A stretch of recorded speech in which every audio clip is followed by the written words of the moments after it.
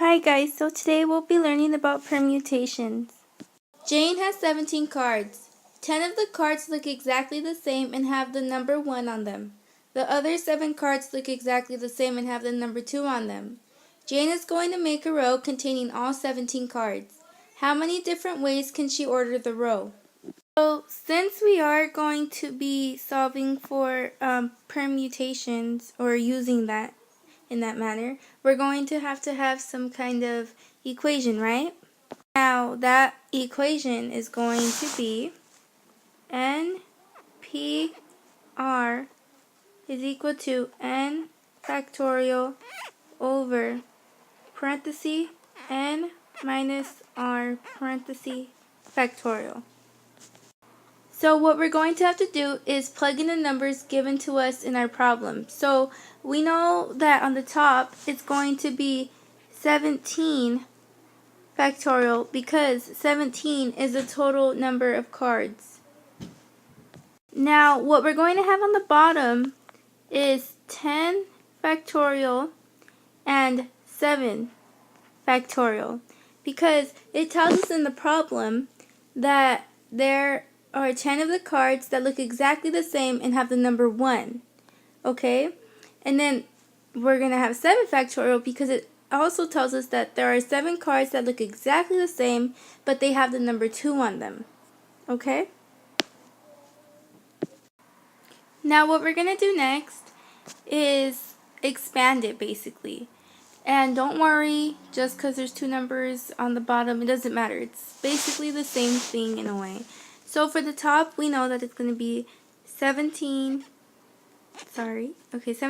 times 16 times 15 times 14 times 13 times 12, 11, 10, 9, 8, 7, 6, and so on.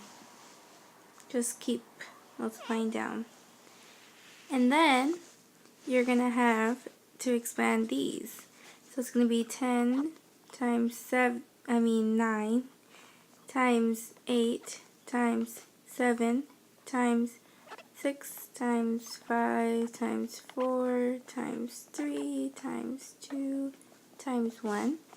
And then you're going to have to do this one over here. So that'd be 7 times 6 times 5 times 4 times 3 times 2 times 1.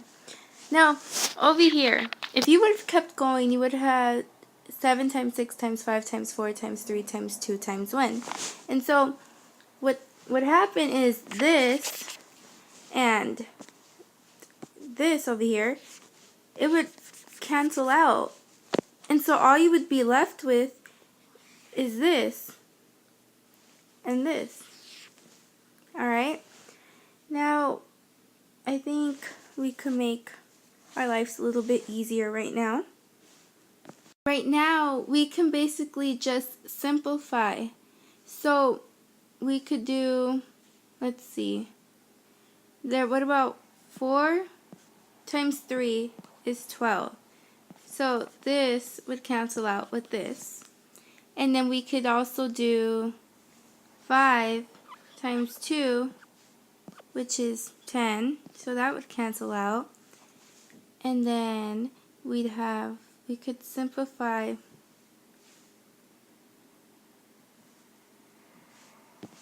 Well, we could simplify 8 and 16 also, because then if we went 8 into 16, that would become 2.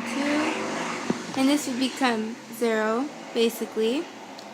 And then I think that's pretty much it. Well, no, there's 7. And then 14, so that would be 2 again. So that would be it, and you'd be left with 17 times 2 times 15 times 2 times 13 times 11 times 9 times 8. All over 10 times 9 times 6. Okay, so we got 17 times 2 times 15 times 2 times 13 times 11 times 9 times 8 all over 10 times 9 times 6.